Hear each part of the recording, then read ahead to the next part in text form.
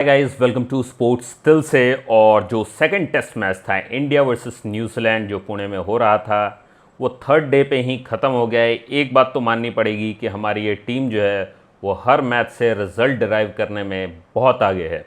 तो इस मैच का भी रिज़ल्ट आ चुका है। न्यूजीलैंड ने इंडिया को 113 रनों से हरा दिया है। जी हाँ, आप गलत नहीं सुन रहे हैं, 113 रनों से हरा दिया है। और इसमें अगर आप देखो तो इंडिया के लिहाज से कुछ भी अच्छा नहीं हुआ है, कुछ भी नहीं।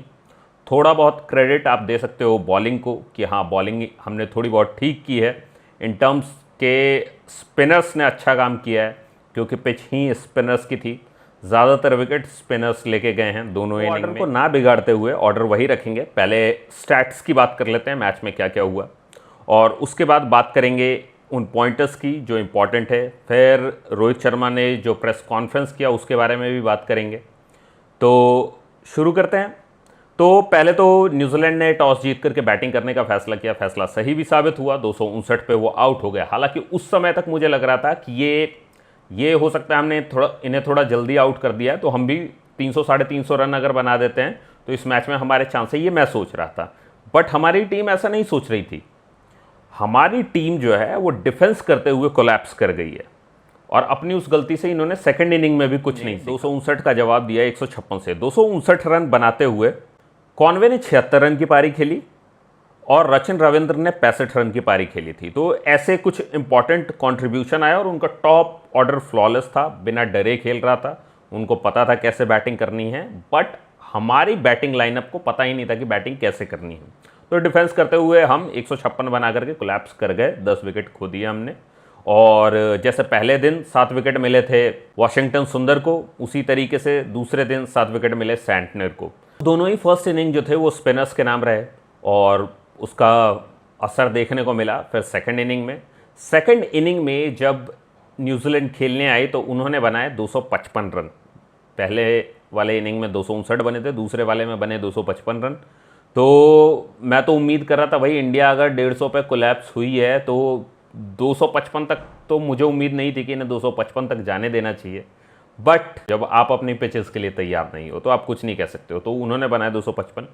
फिर भी अच्छा लगा, हमें लगा कि शायद कोई चमत्कार हो जाए। अगर पहली इनिंग में इन्होंने 150 बनाए हैं तो देखो, कैलिबर वाइज तो इंडियन टीम को कोई डाउट नहीं है मुझे कि इंडियन टीम में वो कैलिबर है कि हम कह सकते हैं कि हाँ भाई ये बना सकते हैं ये रन। तो बिल्कुल मुझे इन पर भरोसा था इस बात का।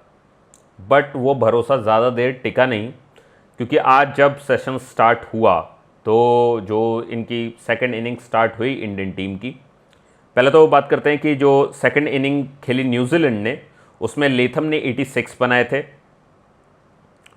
और उसके बाद में ग्लेन फिलिप्स ने 48 रन की पारी खेली। अब यहाँ थोड़ी सी तारीफ़ करूँगा मैं ग्लेन फिलिप्स की, इसलिए क्योंकि अगर आप सब ने भी मैच देखा हो तो उन्होंने बड़ी समझदारी से वो बैटिंग की और ज़्यादातर जो नॉन स्ट्राइकर एंड वाला बंदा था उसको वो आने नहीं दे रहे थे स्ट्राइक पे, और सिर्फ एक जगह गलती की, डबल लेने की कोशिश की और वहाँ वो रन आउट हुआ, तब जा करके इनकी इनिंग्स ख़त्म हुई। नहीं तो ये इससे भी ज़्यादा रन बनाने वाले थे, क्योंकि ये तीसरा ही दिन था और उन्हें एक्सपेक्टेड था कि इंडिया की बैटिंग लाइनअप से, जैसा कि किसी भी देश को एक्सपेक्टेड होगा कि हम टिक के खेल सकते हैं, मार के खेल सकते हैं और हम बना सकते हैं इतने रन तो कभी भी, तो वैसा ही उन्हें भी एक्सपेक्टेड होगा। तो वो भी ज़्यादा का लक्ष्य देना चाह रहे थे, लेकिन एट द एंड 255 पे उनकी पारी सिमटी और इंडिया को टारगेट मिला 359 का। जिस तरीके की अपनी टीम है, विराट कोहली, शुभमन गिल, यशस्वी जायसवाल, सरफराज खान, रोहित शर्मा, ऋषभ पंत और उसके बाद down the order Jadeja, Ashwin और वॉशिंगटन सुंदर भी, तो इन सबको देखते हुए तो ऐसा लग रहा था कि पीस ऑफ केक होने वाला है, बट ऐसा कुछ हुआ नहीं। तो दूसरी इनिंग जो थी हमारी वो भी 245 पे कोलैप्स कर गई और इसमें मैं आपको बताना चाहूँगा कि 77 रन तो यशस्वी जायसवाल के ही थे अकेले और उसके बाद 42 रन की पारी खेली रविंद्र जडेजा ने और सबसे इंपॉर्टेंट पारी थी। मैं अगर आज के इनिंग में अगर एक बंदा जिसको आप कह सकते हो जिसकी कोई गलती नहीं कही जा सकती, वो था रविंद्र जडेजा, जिस बहादुरी से वो टिका हुआ था बंदा। और मैं सीरियसली डाउन द ऑर्डर किसी पे इल्ज़ाम लगाऊंगा भी नहीं कि उन्होंने क्या गलती की क्या नहीं की, तो उसका बिल्कुल लेना देना नहीं बनता है। और इसमें भी सैंटनर इनके 6 विकेट ले गए तो इस वाली इनिंग में, तो आप कह सकते हो कि मतलब एक तरीके से पूरा जो मैच था ना वो स्पिनर्स के नाम रहा और उसके लिए 13 wicket through out the match लेने के लिए सैंटनर को मैन ऑफ द मैच भी मिला। तो बिल्कुल उनकी परफॉर्मेंस थी तारीफ के लायक मिले, जिसमें वॉशिंगटन सुंदर का भी नाम था उनके अच्छे ऑल अराउंड परफॉर्मेंस के लिए। लेकिन अब हम आ जाते हैं इस वीडियो के सबसे इंपॉर्टेंट पॉइंट पे कि आखिर क्या गलतियां की टीम इंडिया ने। तो भाई सबसे पहली गलती तो मैं कहूँगा कि हमारे कैप्टन से ये हो जाती है कि वो हमेशा ये कहते हैं कि भाई आप ब्राइट साइड को देखो, इसके पीछे मत भागो कि क्या हो गया या हमने क्या कर दिया, उसके पीछे मत भागो। आप ये देखो कि हमने पास्ट में कमबैक किया है। लास्ट टाइम के कॉन्फ्रेंस में इन्होंने कहा था कि हमने कमबैक किया है तो हम कमबैक कर सकते हैं, और उसी अंधेरे में पब्लिक को रखते हुए इन्होंने ये इस मैच में कर दिखाया, वही जो इनसे एक्सपेक्टेड नहीं था, क्योंकि मैं एक्सपेक्ट नहीं करता हूँ ये अपनी टीम से, और वही हुआ है इस मैच में। तो इन्होंने कहा कि भाई हम कमबैक कर सकते हैं, हम लोगों ने बिलीव किया, और उसके बाद हम पॉजिटिवली यही सोचते रहेंगे भाई पॉजिटिव माहौल बना के रखो, पॉजिटिव होगा। तो ये हो गया, इस तरीके से पॉजिटिव हुआ है कि पहली चीज़ तो जो मुझे स्टार्टिंग में लग रही थी और जिसमें मैं काफ़ी हद तक गलत भी हूँ, मैं कह सकता हूँ कि भाई मैं गलत भी हूँ इसमें, कि इन्होंने 3 स्पिनर्स लिए थे। तो मैं सोच रहा था कि यार 3 स्पिनर्स क्यों खिलाए, 3 स्पिनर्स की क्या ज़रूरत है। जाहिर सी बात है उन्हें पिच के बारे में पता था, तो वो ये सोच करके 3 स्पिनर्स खिला रहे थे। लेकिन इसी के साथ सेकंड थॉट मेरे दिमाग में ये भी था कि अगर 3 स्पिनर्स खिला भी रहे हो तो आपके पास एक रिस्ट स्पिनर पड़ा हुआ है, वैरायटी के लिए एक रिस्ट स्पिनर को खिला लो साथ में। बट आप इसे कह सकते हो कि मेरा ये जो पॉइंट है ये 50-50 है। 3 स्पिनर्स का फ़ायदा भी हुआ है। अश्विन पे आप ज़्यादा डाल नहीं सकते हो क्योंकि वैसे वो विकेट टेकिंग बॉलर है, तो ये नहीं कि हर मैच में ही लेगा विकेट, तो ये तो मैं भी समझता हूँ। तो अश्विन को आप ड्रॉप नहीं कर सकते थे। जडेजा आपको बैटिंग में ज़्यादा सपोर्ट कर पाता है, बॉलिंग भी उनकी अच्छी है, तो उसे भी आप नहीं कह सकते हो। और वॉशिंगटन सुंदर ने तो इसमें करके दिखाया ही है। तो आप कह सकते हो कि ये एक तरीके से 50-50 ही सही था, क्योंकि अगर कैलकुलेशन वाइज आप देखो तो कुलदीप को रखना मेरे हिसाब से अभी भी बेटर था, लेकिन जो रिजल्ट्स आए हैं उसके हिसाब से वॉशिंगटन सुंदर को रखना भी बनता था। और बैटिंग एबिलिटी तो आपको पता ही है कि वॉशिंगटन सुंदर की कितनी अच्छी है, तो उसके हिसाब से उनको रखना बिल्कुल बनता था। तो उसको तो हम 50-50 मान लेते हैं। उसके बाद आते हैं सेकंड पॉइंट पे। सेकंड पॉइंट ये है कि फर्स्ट इनिंग हो या सेकंड इनिंग हो, इनके बैट्समैन जो सारे थे वो कोलैप्स कर गए डिफेंस करते हुए। फॉर एग्जाम्पल मैं आपको कुछ क्लिप्स लगा दूंगा यहाँ पर, मतलब कुछ इमेजेस लगा दूंगा कि किस तरीके से सेकंड इनिंग कोलैप्स हुई है। मुझे ये जानना है, जैसे कानपुर टेस्ट की अभी कॉन्फ्रेंस में भी इन्होंने बात की थी, उस पर तो बाद में बात करेंगे, लेकिन मैं कहता हूँ कि जिस तरीके से ये टेस्ट मैच खेलते हैं ऐसा लगता है T20 खेल रहे हैं। और वहीं T20 की तरीके से जिसको आदत पड़ चुकी है, जिसका नेचुरल गेम ही बन गया है कि उसको फास्ट खेलना है, उससे अगर मैं कहूँ कि सहवाग अगर रो कर आए तो वो जल्दी आउट हो जाएगा, मुझे पता है कि वो जल्दी आउट हो जाएगा। तो उसी तरीके से ये टीम तेज खेलने वाली टीम है, अगर इसे आप डिफेंस करने के लिए कहोगे तो ये लोग भी जल्दी आउट हो जाएंगे। और वही हुआ इनके साथ, ये डिफेंस करने के चक्कर में आउट हुए हैं। यहां अभी मैं कुछ आपको इमेजेस लगा दूंगा, आप देख के बताना ये डिफेंस का गेम क्या इनका इतना स्ट्रांग है जिस तरीके से ये रिलाई कर रहे हैं डिफेंस पे। और अगर इसी तरीके की इनकी डिफेंस है भाई, तब तो इनको फिर से अकेडमी जाना चाहिए कि भाई डिफेंस सीख लो पहले। तुम डिफेंस कर तो रहे हो लेकिन सीख तो लो पहले। तुम T20 के चक्कर में टेस्ट खेलना भूल गए हो, यह सच है तुम्हारा। तुम T20 के चक्कर में टेस्ट खेलना भूल गए हो, और अब तुम टेस्ट में चाह रहे हो कि तुम डिफेंस करना स्टार्ट कर दो, वो नहीं होने वाला है तुमसे। तो उससे सबसे पहले सुधारने की जरूरत। 4 बैट्समैन इनके सिंगल डिजिट स्कोर पे आउट हुए। टॉप ऑर्डर और मिडिल ऑर्डर में से बात करूं, जो प्रॉपर बैट्समैन हैं, बॉलिंग भी नहीं करते हैं, उनकी जिम्मेदारी ही बैटिंग की है, सिंगल डिजिट में आउट हुए। विराट कोहली वाला विकेट तो कहूंगा कि वो आधा अधूरा था, कि भाई उसकी पूरी तरीके से सेकंड इनिंग में गलती नहीं कहूंगा मैं। फर्स्ट इनिंग वाले फुल टॉस पे आउट होना तो मतलब ब्लंडर था वो। उसको तो विराट कोहली खुद को जस्टिफाई नहीं कर पाएगा कि वो कैसे आउट हो रहा है उस पर। तो ये तो बिल्कुल समझ के परे था। लेकिन सेकंड इनिंग में अगर मैं रोहित शर्मा की बात करूं तो आगे बढ़ के स्टेप आउट करके डिफेंस करने की कोशिश कर रहा है वो। क्या हो गया है भाई, दिमाग कहां चला गया है। मैं ये नहीं कह रहा हूं कि मुझे रोहित शर्मा की एबिलिटी पे डाउट है, नहीं। अभी के टाइम में अगर कोई बैट्समैन मुझे सबसे ज्यादा पसंद है तो वो है रोहित शर्मा। लेकिन रोहित शर्मा को रोहित शर्मा क्यों पसंद नहीं है? क्या वो आगे बढ़कर डिफेंस करने वाला कौन सा शॉट था? क्या कर क्या रहा था? अगर वहां आधे पिच पे आकर के तुम्हें डिफेंस करना है तो खाली पैर मारता ना यार। बिल्कुल समझ के परे था वो कि वो आगे बढ़ के डिफेंस किस तरीके से कर रहे थे। 4 बैट्समैन सिंगल डिजिट में आउट थे, जिसमें से एक 0 पे भी था, ऋषभ पंत, जो कि रन आउट हो गया था अपनी ही कॉल दे करके। सारे के सारे बंदे विकेट थ्रो करके गए, डिफेंस करते हुए आउट हुए हैं एक तरीके से। और पता नहीं मुझे ये दिख रहा है, लेकिन कोच साहब को क्यों नहीं दिख रहा है। कोच साहब पूरी टीम लेके बैठते हैं वहां पर और उनको यही चीज नहीं दिखती है कि ये लोग अपना नेचुरल गेम नहीं खेल रहे हैं। हमारे सामने आकर के तो ये कह दिया जाता है प्रेस कॉन्फ्रेंस में कि भाई हम ड्रेसिंग रूम का माहौल नहीं बिगाड़ना चाहते हैं, सबको उनका नेचुरल गेम खेलने देना चाहते हैं। लेकिन क्या उनको नेचुरल गेम खेलने दिया जा रहा है? सब तेज खेलने वाले बंदे हैं और सब डिफेंस करते हुए आउट हो रहे हैं। क्या उनको नेचुरल गेम खेलने दिया जा रहा है? मुझे तो डाउट है इस पे। ऊपर से लास्ट पॉइंट, बैट्समैन सारे डिफेंस करते हुए आउट हो रहे हैं और बॉलर्स को मारना है शॉट। मैं बात कर रहा हूं आकाशदीप की। आकाशदीप अच्छा खासा टिका हुआ था वहां 24 बॉल खेल करके। उसने कहा कि जडेजा क्या ही रन बनाएगा, मैं बनाता हूं रन, और मार दिया शॉट सीधे हाथ में।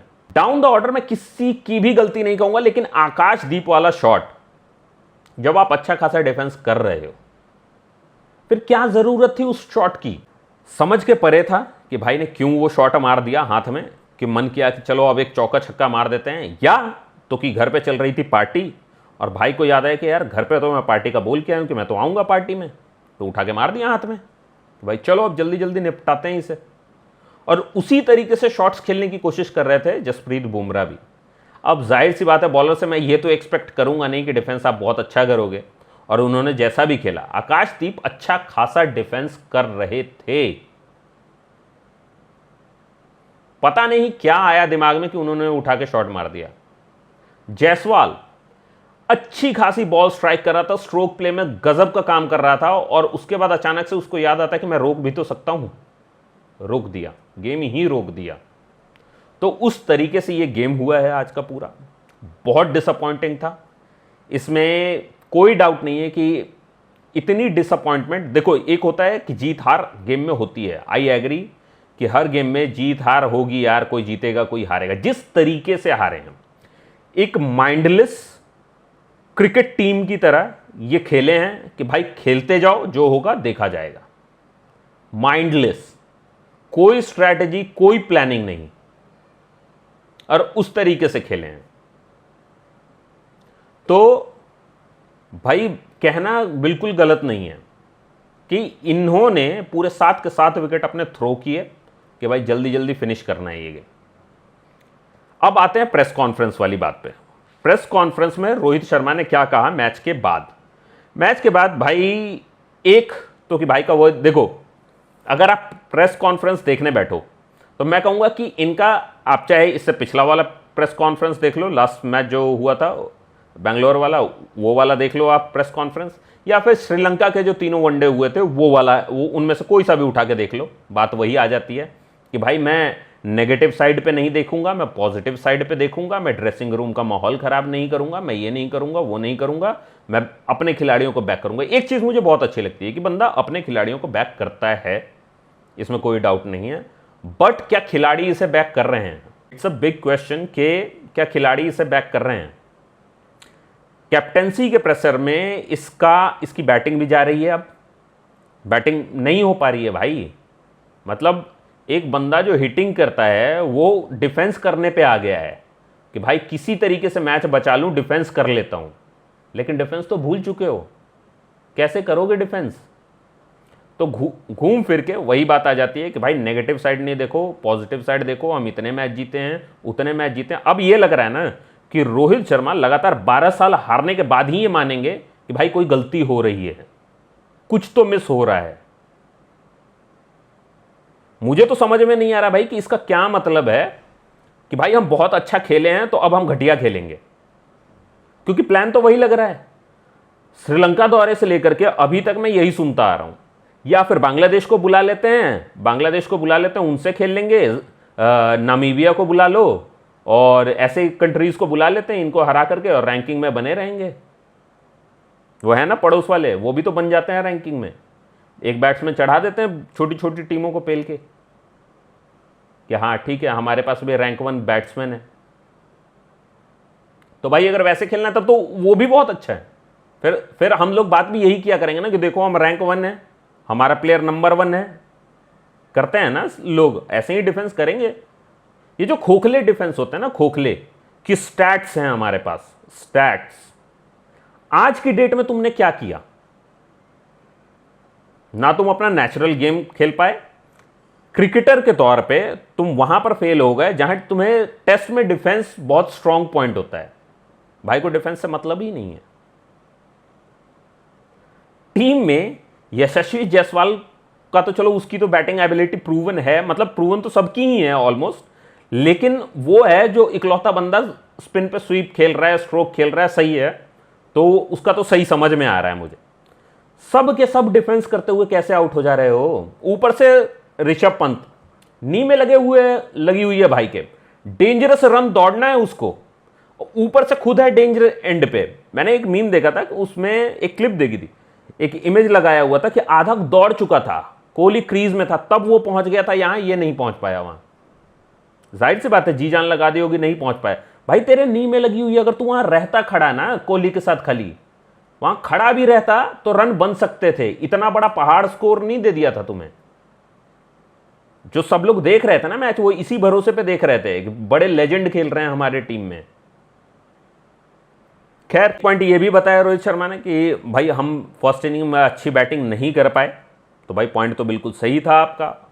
लेटर उन्होंने कहा कि भाई बैट्समैन बॉलर्स दोनों पे इल्ज़ाम जाएगा, भाई वो भी ठीक है, लेकिन ये तो बताओ कि ना तुम पहली इनिंग में कर पाए बैटिंग और दूसरी इनिंग में भी नहीं कर पाए, उस हिसाब से तो तुम बैटिंग, तुम्हारी जो पहली इनिंग का स्कोर था, अबे कम से कम उनकी टीम को तो रोक लेते। वो दूसरी इनिंग में जो तुम कह रहे थे ना कि पहली इनिंग में पिच समझ में नहीं आया और ये वो स्पिन और ये सब कुछ जो है, तो भाई उनकी दूसरी इनिंग देख लो, सेम पिच पे खेल करके वो तो रन बना पा रहे हैं। तो ये सब ना एक्सक्यूज है कि पिच का क्या है क्या नहीं है। खैर ये तो रोहित शर्मा ने भी माना कि भाई पिच की कोई गलती नहीं है इसमें, हम बैटिंग नहीं कर पाए, और वो बात बिल्कुल सही है कि तुम बैटिंग नहीं कर पाए, लेकिन उसके लिए तुमने फिर सेकंड इनिंग में उसको रिकवर किया क्यों नहीं? क्या तुमने इतनी ही स्टडी की कि हम आउट हो गए? ये नहीं देखा कैसे आउट हो गए और तुम्हारे सारे प्लेयर डिफेंस करते हुए आउट हो रहे हैं। रोहित शर्मा ने यह बात कही कि ड्रेसिंग रूम का माहौल नहीं बिगाड़ना चाहते हैं, नए प्लेयर्स को हम वो सपोर्ट करना चाहते हैं कि भाई वो कंफर्टेबल होके खेल पाएँ। अच्छी बात है यार, देखो इन चीज़ों के लिए मैं शर्मा जी की तारीफ़ ही करता हूँ कि वो भाई ये अच्छी बात है, ये एक तरीके से ना प्लेयर बनाने में मदद करती है। बट आप सिर्फ बातों से ना प्लेयर नहीं बना पाओगे, आपको बैक अगर करना है ना तो आप प्लेयर को बातों से मत करो, जहाँ वो फेल होता है ना तब आप भी रन बना करके दो, तब इन बातों का कोई मतलब बनता है। ये नहीं कि वो रन नहीं बना रहा है, आप रन नहीं बना रहे हो, मैच जा रहा है, सीरीज जा रहा है, और आप कह रहे हो कि मैं प्लेयर बना रहा हूँ। भाई एक्सेप्टेबल तो नहीं है ये, कम से कम जिस तरीके से आउट हुए हैं ना सारे, वो एक्सेप्टेबल नहीं है। गेम खेलते हुए आउट हो जाते हैं ना, मारते हुए। अगर रोहित शर्मा का विकेट गया होता कि भाई वो लंबा छक्का मार रहा था, कैच आउट हो गया, लंबा छक्का मार रहा था, बॉल मिस हो गई, स्पिन समझ में नहीं आया, पीछे चली गई, स्टंप हो गया, समझ में आता है। मार रहा था, एज लग गया, आउट हो गया, वो भी समझ में आता है। ये जो डिफेंस कर रहा था ना स्टेप आउट करके, भाई नई बुक बनवानी पड़ेगी क्रिकेट की कि ऐसे लेजेंड खेलते हैं, ऐसे स्टेप आउट करके करते हैं डिफेंस और कैच दे देते हैं।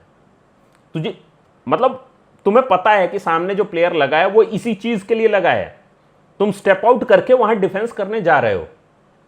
Smart, genius. भाई ने कहा कि न्यूजीलैंड ने टॉस जीता था तो उनको एडवांटेज था, तो उन्होंने रन्स लगाए बोर्ड पे। रन्स क्या लगाए यार, 250 रन लगाए उन्होंने, उसका एडवांटेज ले रहे थे वो तुमसे। मतलब भाई सीरियसली बताऊं ना तो इस प्रेस कॉन्फ्रेंस में रोहित शर्मा मुझे कंफ्यूज और ट्रैप्ड लगे। ऐसा लग रहा था कि चारों तरफ से वो फंस गए, ना उनके प्लेयर्स उन्हें बैक कर रहे हैं, ना सोसाइटी में मतलब ये न्यूज़ रिपोर्टर्स उन्हें कहीं जीने दे रहे हैं। मैं सीरियसली कहता हूं ये प्रेस कॉन्फ्रेंस होनी ही नहीं चाहिए थी। इस प्रेस कॉन्फ्रेंस का कोई मतलब नहीं था, जहां पर आकर के अगर आपको सेम चीज़ बोलनी है कि भाई हमारे स्टैट्स देख लो तो सीधे ना एक नोटिस लगा दो कि हमारे स्टैट्स अभी भी अच्छे हैं, हम हार गए तो कोई बात नहीं, अगर यही करना है तो। सीरियसली मैं रिव्यूअर नहीं हूं, और भी रिव्यूअर हैं, और श्रीलंका दौरे के बाद या फर्स्ट वाले मैच के बाद जो मैं कह रहा हूं उसके अगेंस्ट में बहुत से लोगों ने बोला है कि भाई नहीं, हमें अपनी टीम को सपोर्ट करना चाहिए। श्रीलंका वाले दौरे के टाइम पे जब मैं बोल रहा था तो भी कुछ यूट्यूबर हैं जिन्होंने ये कहा था कि नहीं भाई, हमें अपनी टीम को सपोर्ट करना चाहिए। और मैं ये नहीं कह रहा हूं कि वो गलत हैं, वो बिल्कुल सही कह रहे हैं। वो चाहते हैं कि आपको उस पॉजिटिविटी में बैटिंग करने दिया जाए, बॉलिंग करने दिया जाए, क्रिकेट खेलने दिया जाए। लेकिन क्या आपने उनके साथ ये जस्टिस किया है जो आपको सपोर्ट कर रहे हैं? हम जैसे लोगों का छोड़ दो, हम तो भाई अच्छे को अच्छा और बुरे को बुरा कहते हैं, हम ये अंधा सपोर्ट नहीं करते कि भाई अंधेरे में, मतलब इस डिफेंस का ना मुझे कोई बेस समझ में नहीं आता कि तुम क्या डिफेंस कर रहे थे। जहां सरफराज खान मार के खेल सकता है और जिस तरीके से उसने मार के रन बनाए हैं, अरे तेरा एक शॉट वीक है ना भाई कि तू वहां सामने मार के आउट हो जा रहा है, वो वाला शॉट उसको छोड़ दे।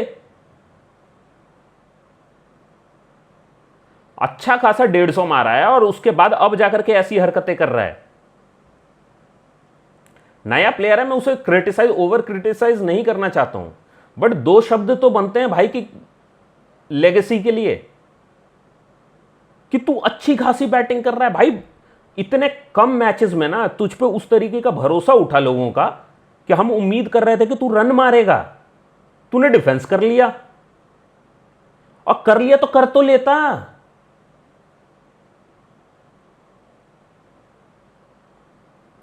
रोहित शर्मा ने साथ में यह भी कहा, एक पॉइंट उनका यह भी था कि न्यूजीलैंड की तैयारी ज़्यादा अच्छी थी, तो भाई तुम भी कर सकते थे तैयारी। तो बस मुझे तो ये समझ में नहीं आता, या तो टेक्नीशियन नहीं है इंडियन टीम के पास, दुनिया का सबसे अमीर क्रिकेट बोर्ड। और मैंने ये बात हमेशा कही है कि इंडियन टीम कभी प्रिपेयर्ड नहीं होती है, वो जस्ट बैक करते हैं इस चीज़ पे कि हमारे पास लेजेंड हैं और वो कर लेंगे, इसी भरोसे बैठे हुए हैं। या तो विराट कोहली मारेगा, नहीं तो रोहित शर्मा, अगर ये दोनों नहीं चले तो खत्म है टीम।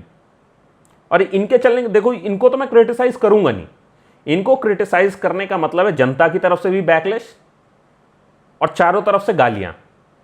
तो इनको क्रिटिसाइज क्या करना है भाई, ये खुद समझ सकते हैं, ये खुद ये जस्टिफाई करके बता दे कि इनका डिफेंस वहां पर किस तरीके से जस्टिफाइड था। मुझे समझ में नहीं आता कि इनका डिफेंस कहां से जस्टिफाइड था। तुम ये बिल्कुल एक्सेप्टेबल नहीं है। तो भाई कुल मिलाकर के मुझे इतना समझ में आ गया है कि अगर हार गए हो तो सीधे सीधे कह दो हमारे स्ट्रैट्स बेटर हैं, ठीक है, हम ड्रेसिंग रूम का माहौल नहीं खराब करना चाहते हैं। मुझे इतनी सी बात समझ में आ रही है कि तुम्हारा T20 गेम है खाली, तुम टेस्ट खेलने के लायक। अरे ये भी अगर कह देते ना प्रेस कॉन्फ्रेंस में कि भाई बहुत टाइम से टेस्ट नहीं खेल रहे थे इसलिए ये हो रहा है, तो भी समझ में आता है। मैं इसको भी एक ना एक्सेप्टेबल एक्सक्यूज मान लेता कि हाँ भाई आउट ऑफ टच है।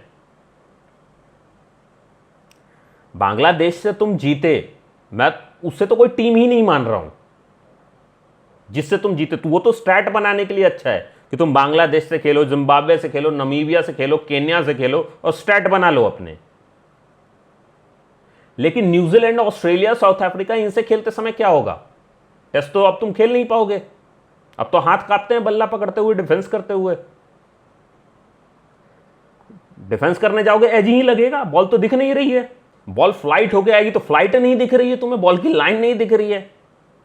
ये हमारे बैट्समैन और आर्ग्यूमेंट देते हैं कि नहीं हम अच्छा नहीं कर पाए, वो तो हमें भी दिख रहा है नहीं कर पाए। क्यों नहीं कर पाए? कुछ अंदर बताया, ड्रेसिंग रूम में बताया, टेक्नीशियंस ने बताया, कोच ने बताया, किसी ने कुछ बताया कि हाँ क्या कर रहे थे तुम लोग वहां पे? तो ये है इनका सच। अब बाकी मैच हार गए, पिछला वाला भी हार गए, सीरीज भी हार गए, अब एक मैच बचा हुआ है वानखेड़े वाला। अब देखो, या तो इज्जत बचा लो कि हाँ चलो यार 2-1 से हारे, लेकिन सच बताऊं ना तो गालियां तो बनती हैं, गालियां बनती है तुम्हारी, ऐसा नहीं है तुम्हारी गालियां नहीं बनती, गालियां बनती है तुम सबको। एक कुल मिलाकर के बॉलर्स को नहीं बनती है, टेल एंडर्स को नहीं बनती है, लेकिन तुम लोगों की बनती है, सारे बैट्समैन की। ऊपर के जो 5-6 हैं ना, उन सब की बनती है गालियां, इंक्लूडिंग जायसवाल। 77 रन बनाए, आई एग्री, बहुत अच्छा किया, पहली इनिंग में भी वो अच्छा कर रहा था। प्रॉब्लम यही है कि जब तुम अच्छा कर रहे होता ना तो हवा में आ जाते हो। अच्छा खासा स्ट्रोक प्ले चल रहा है, जिस बॉल को तुम्हें पता है कि तुम्हें मारना है, सेम बॉल मारी है तुमने, उससे डेंजरस बॉल, ये विकेट के सामने से मारी है तुमने बॉल, और तुम्हें देखते हुए इससे कुछ ही देर पहले जायसवाल ने एक चौका मारा था, वो पीछे चली गई थी, जस्ट वो तेज शॉट था इसलिए हाथ से दूर निकल गई थी वो, और कुछ ही देर में सेम बॉल पे डिफेंस करके कैच दे दिया। कुछ समझ में नहीं आ रहा है कि क्या मतलब इनका। ये कहते हैं ना कि देखते समय, खेलते समय बैट्समैन जो सोचता है, बैट्समैन के सोच बहुत बदल रहे हैं भाई। वो कुछ और सोच रहा है, वो पार्टी का सोच रहा है कि इसके बाद पार्टी जाना है।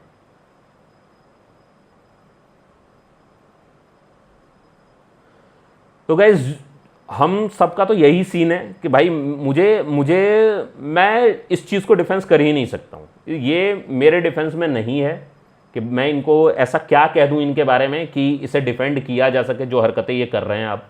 क्योंकि भाई श्रीलंका में जब ये हार रहे थे ना, जब ये पहला वाला हार रहे थे, मैंने तभी कहा था कि भाई ज़रूरत से ज़्यादा एक्सपेरिमेंट नहीं हो रहा है, और तब से मैं रिव्यूज़ में बोलता आ रहा हूँ। लेकिन मतलब मेरी बात तो खैर वहाँ तक क्या ही पहुँचेगी। मैं आप लोगों को कहूँगा कि इस रिव्यू को लाइक करो, शेयर करो इन लोगों तक, इनके कानों तक ये बात पहुँचनी चाहिए।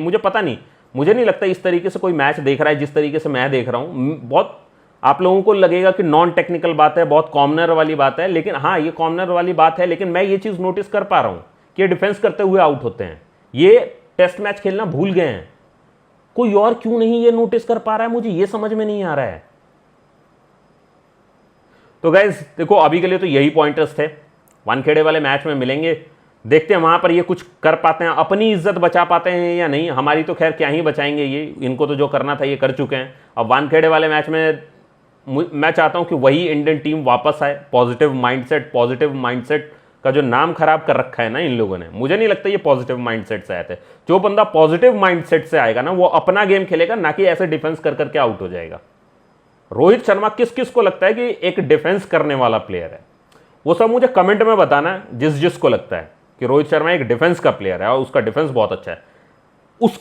उसके कंपैरिजन में मैं कहूँगा कोहली का डिफेंस या टेक्निक बहुत स्ट्रांग है, फार अहेड। उसके बावजूद मैं नहीं कह रहा हूं कि कोहली को भी वहां डिफेंस करना चाहिए था। डिफेंसिव गेम नहीं था ये। एक दिन में मार सकते थे तुम 350 अगर तेज खेलते तो। हाँ भाई, कानपुर टेस्ट की दुहाई दे रहा था कि हमने वहां तेज खेला, तो यहां कौन सा तेज खेला भाई? सारे तो डिफेंस करते हुए आउट हुए हो। वहां तेज खेल दिया तो यहां खेल नहीं पाओगे, या बल्ला नहीं घूमेगा। एज मारने के लिए, आगे बढ़ के डिफेंस करने के लिए तो आ गए, आगे बढ़ के शॉट ही मार देते, उससे अच्छा आउट होते तो कम से कम दिल में तसल्ली रहती है हमारे कि भाई मारते हुए आउट हुआ है, स्टेप आउट करके डिफेंस कर रहे हैं। भाई मैं मतलब एक महान खिलाड़ी है सचिन तेंदुलकर, उसको पता चला कि वो इस वाले शॉट पे आउट हो जा रहा है, वो पूरे मैच में उसने वो शॉट नहीं खेला। हमने ऐसे लेजेंड देखे हुए हैं। मैं कह रहा हूं उस समय के स्टैट नहीं थे भाई इतने अच्छे कि भाई रेगुलर मैच जीत रहे हैं, या 12 साल से तुम मैच जीत रहे हो, नहीं थे वो स्टैट उतने अच्छे। बट इस तरीके की लेम बैटिंग जो हो रही है ना, इनको लग रहा है इनके स्टैट अच्छे हैं। भाई डिफेंस वाइज नहीं है तुम्हारे स्टैट अच्छे, तुम तेज खेलने के लिए अच्छा जाने जाते हो, तो तेज खेल लो।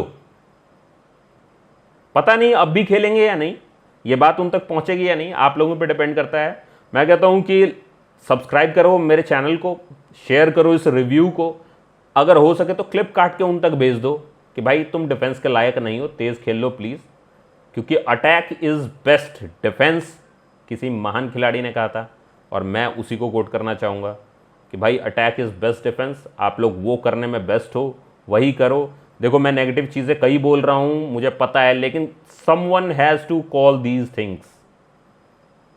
किसी को तो बोलना पड़ेगा ना। अगर कोई नहीं बोलेगा तो बात कैसे निकलेगी ये? क्योंकि आपकी टीम में तो कोई नहीं बोल रहा है भाई।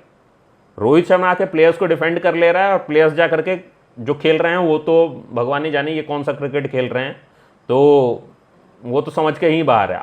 सहवाग की इतनी याद आई, जहाँ स्पिनर्स डोमिनेट कर रहे हो सहवाग की याद आना बनता है। मैं सोच रहा था कि यार और कोई नहीं तो कम से कम रोहित शर्मा तो इस तरीके से खेले कि मारे ही नहीं, वो भी स्टेप आउट करके डिफेंस कर रहा है। यार सबसे ज़्यादा हार्ट ब्रोकन फील कर रहा हूं मैं रोहित शर्मा की इनिंग से। अनएक्सपेक्टेड, कोई रीज़न नहीं, इतना डर के कौन खेलता है यार। तो भाई अभी के लिए तो मेरा हो गया है। अब आप लोगों को लगता है तो please like this video, share this review, comment down अगर आपको लगता है कि कोई चीज़ मैंने मिस कर दी है, या आपको लगता है कि मेरी किसी बात से आप एग्री नहीं करते हो, तो वो चीज़ भी आप कमेंट में डाल सकते हो। और प्लीज़ सब्सक्राइब। अभी के लिए मैं चलता हूँ, आदियोस।